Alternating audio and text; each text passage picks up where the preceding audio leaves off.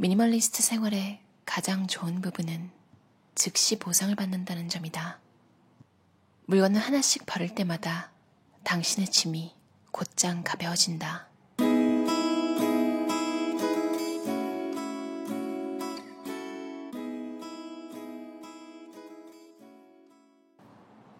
날마다 실천하기. 이제 여기서 그만두고 예전의 생활 방식으로 다시 돌아갈 수는 없다. 절대 안 된다. 일상적인 관리를 통해 이 상태를 잘 이어나가 보자. 미니멀리스트가 된다는 건 생활 방식이 변화한다는 뜻이다. 어떤 제약도 없는 잡동사니 제거 기간을 갖고 우리가 가진 물건을 모조리 없애버리고 임무를 완수했다고 간주할 순 없다. 그렇게 하면 반동 효과가 발생해 새로운 잡동사니가 쌓이게 될 가능성이 있다. 그 대신 우리는 근본적인 사고방식을 변화시키고 새로운 습관을 기를 필요가 있다. 미니멀리스트의 생활에 접근할 때에는 단 한 번의 행동이 아니라 대대적인 생활 방식의 변화가 필요하다. 무엇보다 방심하지 말고 우리 집으로 들어오는 물건을 주의 깊게 계속 지켜보는 것이 중요하다. 훌륭한 문지기가 되는 방법에 대해 논의한 내용을 기억하는가? 미니멀리즘 생활 방식을 유지하기 위해서는 절대 경계태세를 늦추면 안 된다. 마음을 놓는 순간 물건들은 순식간에 통제불능의 상태에 빠지고 만다. 때로는 공격적으로 행동하는 것도 괜찮다. 가령 우편물 수신을 거부하고 잡지 구독을 취소하고 선물 교환을 그만두며 당신이 미니멀리스트 생활 방식을 추구한다는 사실을 널리 알리는 것이다. 마지막 방법은 당신의 생각보다 훨씬 더 중요하다. 호의적인 친구들과 친척들은 당신의 텅 빈 방을 보고는 물건이 부족하니 물건이 필요하겠다고 오해할지도 모르기 때문이다. 최선의 경우에는 원하지도 않는 선물들을 잔뜩 받게 될 테고 최악의 경우에는 그들이 내버리는 잡동사니를 떠안을지도 모른다. 현관을 잘 감시하는 것 이외에도 잡동사니가 넘쳐나기 쉬운 지점들을 예리한 눈으로 살펴라. 알다시피 잡동사니가 잡동사니를 낳는 법이다. 한동안 집에 머무르도록 내버려둔 물건은 이제 내 집인 양 편안히 지내다가 친구들을 초대한다. 아예 파티를 벌이지 못하도록 막아라. 잡동사니를 한 번에 상대하는 것보다는 반갑지 않은 손님 하나를 쫓아내기가 훨씬 더 쉽다. 사실 잡동사니가 생길 기미가 처음 보일 때 곧장 조치를 취하지 않으면 당신의 레이더는 다소 둔해진다. 이렇게 한번 생각해보자. 완벽하게 깨끗한 표면은 그 자리에 있으면 안 될 물건 하나가 얹힌 표면과 크게 다르다. 엉뚱하게 놓인 물건은 불쾌할 정도로 두드러져 보이는 법이다. 하지만 엉뚱한 물건이 하나 놓인 표면과 두 개 놓인 표면의 차이는 크게 두드러지지 않으며 엉뚱한 물건이 두 개 놓인 표면과 세 개 놓인 표면의 차이는 그보다 더 눈에 띄지 않는다. 말하자면 엉뚱한 물건의 개수와 눈에 거슬리는 정도는 반비례한다. 새로운 잡동사니가 쌓일 위험을 감수하느니 물건 하나를 발견하자마자 바로 치워버리는 것이 최선의 방법이다. 정리정돈을 하다 보면 다른 사람들의 잡동사니를 처리해야 할 경우가 종종 생긴다. 가장 좋은 선택은 물건을 적법한 주인에게 빨리 되돌려주는 것이다.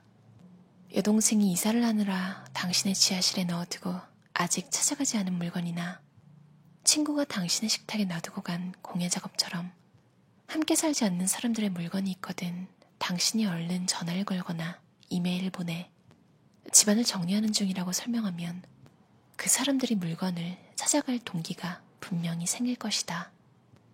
이는 잡동사니의 주인이 다른 식구일 때도 마찬가지다. 이는 잡동사니의 주인이 다른 식구일 때도 마찬가지다. 그런 경우 물건을 주인의 개인 공간으로 돌려주기만 하면 된다. 핵심은 어떤 사람의 가정부 노릇을 하지 말고 부메랑 효과를 일으키라는 것이다. 그렇게 하면 가족의 공동공간을 침범하는 물건은 무엇이든 주인에게 즉시 되돌려준다는 개념이 한층 강화된다. 운이 좋으면 식구들도 결국 당신의 뜻을 이해하고 물건을 공동공간에 놓아두기 전에 한 번 더 생각할 것이다. 문제가 되는 잡동사니를 주인에게 지적하고 치우든 버리든 선택을 하라고 말하는 것도 상당히 효과가 좋다. 마지막으로 정리정돈을 계속하라. 처음으로 집안의 잡동사니를 대대적으로 처리한 것이 정리정돈의 전부이자 핵심은 아니며 그저 시작에 불과하다. 당신도 곧 깨닫게 되겠지만 미니멀리스트의 역량은 시간이 지나면서 점차 강화되며 첫 번째 잡동사니 제거 작업에서 살아남은 필수품들은 두 번째 작업에서 그렇게 필요한 것처럼 보이지 않을 것이다. 그런 이유에서 주기적으로 잡동사니를 제거하라고 권하고 싶다.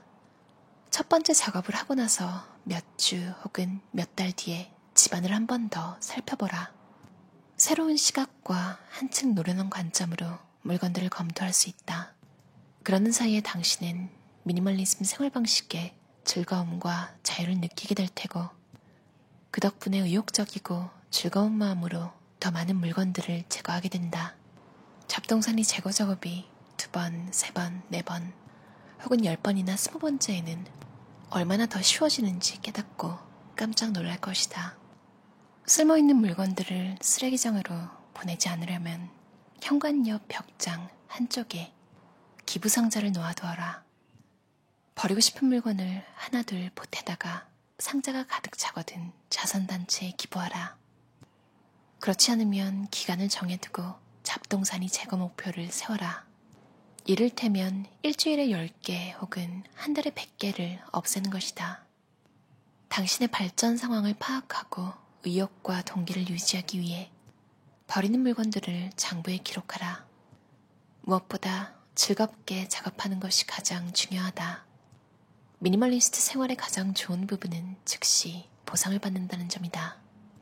물건을 하나씩 버릴 때마다 당신의 짐이 곧장 가벼워진다. 이 작업을 매일 하면 기분이 근사해질 뿐 아니라 왜 좀 더 일찍 시작하지 않았을까 하는 후회가 들 것이다. 필수품만으로도 풍요롭게 최소한의 생활 필수품이란 사람에 따라 다르게 정의된다. 배에 거주하는 미니멀리스트라면 따뜻한 음식 한 그릇만 있으면 음식에 대한 욕구는 해결될 것이다. 그에 비해 모든 것이 갖춰진 주방을 두고 사는 우리 같은 사람들은 전자레인지, 피자 구입한 밥솥이 꼭 필요하다고 생각할지도 모른다. 더불어 배에 사는 미니멀리스트가 필수품이라고 생각하는 스쿠버 장비는 우리 가정에서는 불필요한 물건일 가능성이 크다. 우리의 개인적인 필수품들은 나이, 성별, 직업, 취미, 기후, 문화, 가정, 동료와 같은 다양한 요인의 영향을 받아 결정된다. 전문 직업에 종사하는 미니멀리스트들은 수트와 구두를 사유관습상 필요하다고 생각하는 반면 재택근무를 하는 미니멀리스트들은 더 적은 의류로도 그럭저럭 잘 지낸다. 어린 자녀를 둔 부모의 필수품 목록은 혼자 사는 총각과 전혀 다르다. 책벌레들의 필수품은 스포츠 광들과 전혀 다르고 학생들의 필수품은 퇴직자들과 전혀 다르며 남자의 필수품은 여자와 전혀 다를 것이다. 그러므로 어떤 미니멀리스트의 가정에도 어울리는 필수품 목록이란 존재하지 않는다. 중요한 것은 당신에게 너무 과하지 않고 딱 알맞은 만큼의 물건이 있느냐는 것이다. 다음 단계는 자기만의 필수품 목록을 작성한 다음 각자에게 맞는 최적의 수준으로 물건의 개수를 줄이는 것이다. 물건을 하나 선택할 때마다 우리는 잠시 멈추고 그 물건이 정말로 필요한지 혹은 그 물건이 없이 지내도 괜찮을지 생각해 보아야 한다. 비슷한 종류의 물건을 여러 개 가지고 있다면 여분의 물건을 당장 선별해야 한다.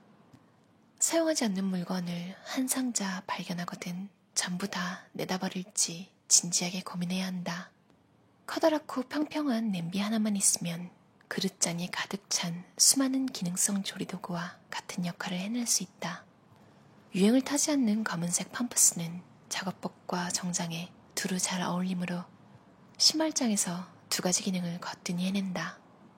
다목적 세제는 우리 집을 반짝반짝 윤인하게 가꾸어주고 싱크대, 욕조, 거울, 조리대 등 각각의 용도에 맞게 구비된 여러 개의 스프레이 세제들을 대체할 수 있다. 하지만 우리가 즐거운 마음으로 물건 줄이기를 하다 문득 어떤 물건들을 마주치면 작업을 그 자리에서 멈추게 되는데 대개는 감상적인 이유 때문이다. 추억이 깃든 물건들은 헤어지기가 어렵다. 하지만 특별한 물건 한두 가지만 있어도 전부 다 남겨두었을 때와 똑같이 추억이 보존될 것이다. 할머니에게 물려받은 12인용 식기 세트를 다락에 모조리 숨겨두지 말고 한 세트를 골라 잘 보이는 자리에 진열하자. 그렇지 않으면 스냅 사진을 찍어둔 다음 물건들을 제거하자. 사진은 자리를 차지하지 않고도 추억을 고스란히 보존해준다. 게다가 창고에 보관해둔 물건보다는 한결 편하게 꺼낼 수 있으므로 더 쉽게 감상할 수 있다. 마지막으로 디지털 형식으로 변환시켜 물건 개수를 줄일 수도 있다. 지금은 음악, 영화, 사진, 비디오 게임, 책 같은 소장품 전체가 비트와 바이트로 축소될 수 있다. 미니멀리스트가 되기 참 좋은 시대다. 만약 미니멀리즘을 진심으로 받아들인다면 새로운 물건 줄이기 방법들을 스스로 계속 찾게 될 것이다. 창의적으로 생각하라. 더 적은 물건으로 더 많은 일을 하는 것을 개인적인 도전으로 간주하고 모든 가능성을 즐겁게 탐구하라. 물건 없이 어떤 일들을 할 수 있는지 알게 되면 아마 깜짝 놀랄 것이다. 맞아요. 저는 음악을 굉장히 좋아하거든요. 사실 힘들 때마다 위로가 됐던 두 가지가 책과 음악인데 책은 좀 양으로 양치기 하는 스타일이에요. 그러니까 종류를 가리지 않고 그때그때 끌리는 걸 다 읽거든요. 만약 이걸 전부 다 종이책으로 구매했다면 저는 책을 읽는 즐거움 외에 주기적으로 먼지를 털어내고 정리하고 어디에 뭐가 있었는지 검색하기도 힘들고 제가 미니멀리스트가 된 이유와 완전히 반대된 생활을 하고 있을 것 같아요. 저는 주변에 제 눈에 뭔가 보이면 시선을 그러니까 제 관심을 다 이것저것에 다 뺏기는 타입이라서 물리적으로 책이 그렇게 눈앞에 항상 보였다면 책이 또 크기도 다 다르고 디자인도 안 어울리는 것들도 많고 그렇게 꽂혀있는 걸 보는 자체가 스트레스일 것 같아요. 요즘 세대들은 그러니까 유튜브나 이런 데서 튜토리얼로 메이크업, 옷 입는 거, 하다못해 공부하는 법, 노트 꾸미는 법, 정리법 이런 걸 다 배워서 흑역사가 없는 세대라고 하더라고요. 한편으로는 와, 흑역사가 하나도 없다니 부럽다가도 저는 가끔 어릴 때 친구한테 전화하려고 공중전화 쓰던 기억?